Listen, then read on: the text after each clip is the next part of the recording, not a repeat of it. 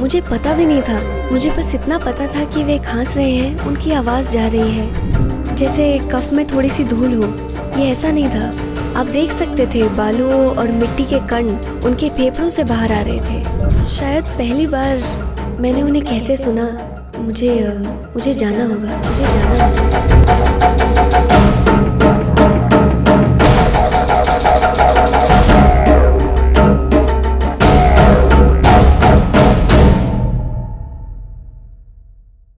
बहुत बहुत समय पहले सदगुरु ने मेरी माँ से कहा था कि वे एक छोटी नाव, एक छोटी फिशिंग बोट लेकर अफ्रीका की यात्रा करना चाहते हैं, क्योंकि ऐसी नाव थी जो ये यात्रा करती थी और ऐसे कैटमैरान्स थे जो ये करते थे। उन्हें 6 महीने की यात्रा करनी थी। तो समुद्र में होना, पानी के इस विस्तार में होना, ऐसा था कि मैंने सोचा वे उत्साहित होंगे और इसका आनंद लेंगे और उनका ध्यान प्रोग्राम दर प्रोग्राम, इंटरव्यू दर इंटरव्यू पर नहीं होगा। मैं कितनी गलत थी उन 2.5 दिनों के बारे में।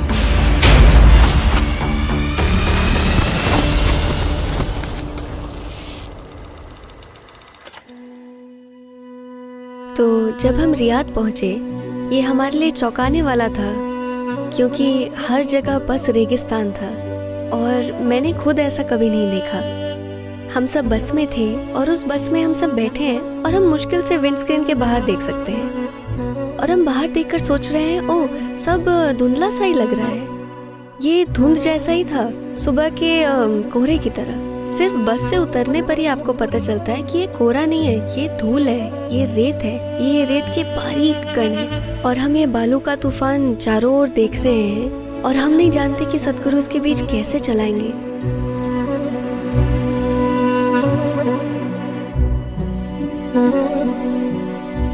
मुझे नहीं लगता कि हम में से किसी ने गौर भी किया कि वे सांस में क्या ले रहे हैं और क्या कुछ निकल रहे हैं जब वो बाइक चला रहे थे।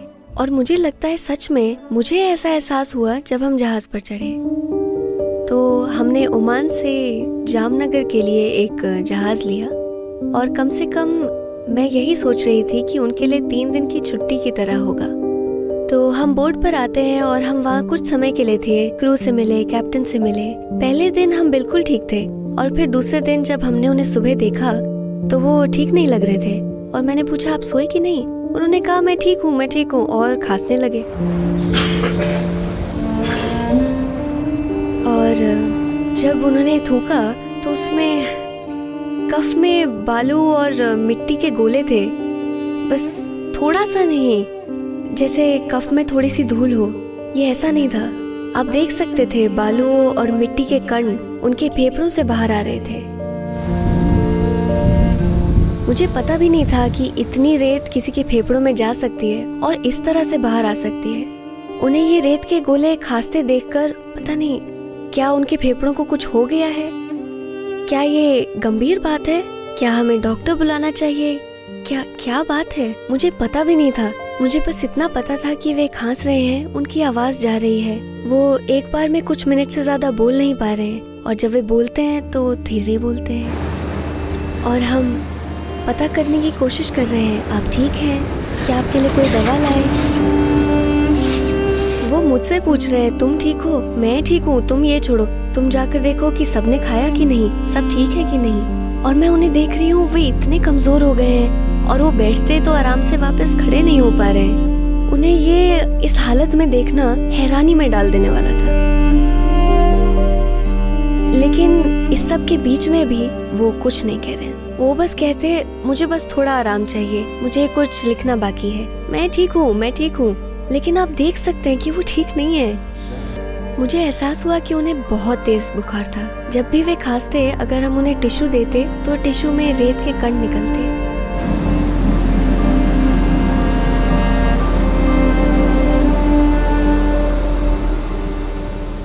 तो दूसरे दिन हम डेक पर गए और वहाँ नाव में उस कोने, उस टिप पर हमने उनके बैठने के लिए एक छोटा सा स्टूल लगा दिया था और वीडियो टीम कुछ अच्छे वीडियो लेना चाहती थी। तो वो वहाँ गए और स्टूल पर बैठे थे और वहाँ कुछ समय के लिए थे।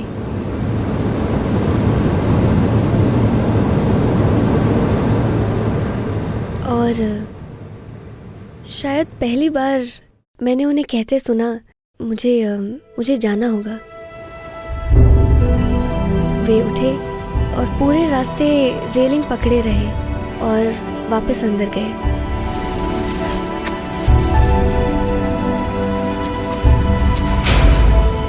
वो अपने कमरे में चले गए। मैं इतनी असहज थी उन्हें कमरे में अकेले सोने देने को लेकर कि मैं जाकर उनके कमरे के सोफे में सो गई, क्योंकि मुझे पता नहीं था रात में अगर वो उठते हैं और कुछ हो जाता है तो कोई कुछ करने के लिए नहीं होगा। और ये जहाज है और जहाज एक तरफ से दूसरी तरफ लुढ़क रहा है। हम लगभग 30-32 डिग्री आगे पीछे लुढ़क रहे थे।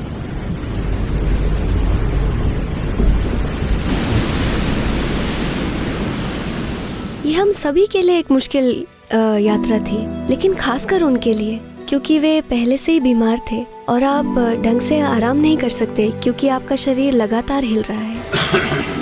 वो खांस रहे थे और खांसे जा रहे थे। हम पूछते आप ठीक है, आपको कुछ चाहिए? वे कहते नहीं नहीं मैं ठीक हूँ, और मिनट भर को रुकते और जो कर रहे होते करने लगते।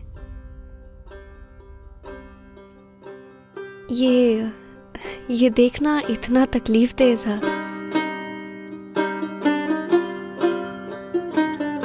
सदगुरु ने कहा आप क्रू को साथ क्यों नहीं बुलाते, हम उन्हें अभियान में शामिल करेंगे, हम उनसे सेव सॉइल के बारे में बात करेंगे।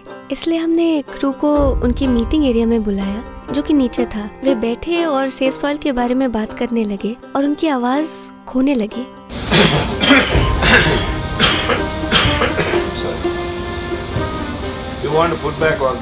वो कुछ कह रहे होते और बीच में खांसने लगते और कहते माफ कीजिए।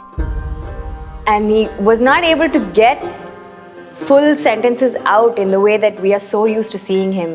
और वो अपनी बात पूरी नहीं बोल पा रहे थे, जैसे कि हम उन्हें कार्यक्रमों में देखने के इतने आदी हैं। वो खांस रहे थे, उनकी आवाज खो रही थी।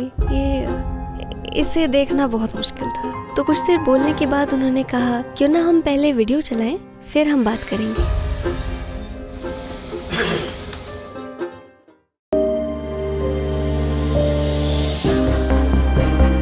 हम जामनगर के बंदरगाह पर पहुंचे और वे बस जहाज से उतरे और भीड़ में चले गए। वे बोले और जब वे खांसते तो माफ़ी मांगते, माफ़ कीजिए मैं बस थोड़ा, और फिर बोलते। फिर मैंने सोचा वहाँ से हम वहाँ जा रहे हैं जहाँ रुकना है, और उसके बाद नौसेना का कार्यक्रम था। वो वहाँ बोल रहे थे, वहाँ भी जब वो बोल रहे थे तो आप सुन सकते हैं उनकी आवाज़ वैसी नहीं है जैसी आमतौर पर होती है, वो बहुत खराश भरी है। और फिर बोलते या वो खास कर कहते माफ़ कीजिए मुझे बहुत खेद है, जैसे वो माफ़ी मांग रहे हो कि वो ठीक नहीं है, बिना ये कहे कि वो ठीक नहीं है। वहाँ से हम गए और एक बहुत भव्य स्वागत हुआ। ये 1.5 घंटे का लंबा कार्यक्रम था और वे लगातार बोल रहे थे। ये देखना अविश्वसनीय था, लेकिन थोड़ा तकलीफ देने वाला था, क्योंकि हमने देखा था कि वे पिछले 2-3 दिनों में कैसे थे और हम बस इतना ही चाहते थे कि वो कुछ देर आराम कर सकें।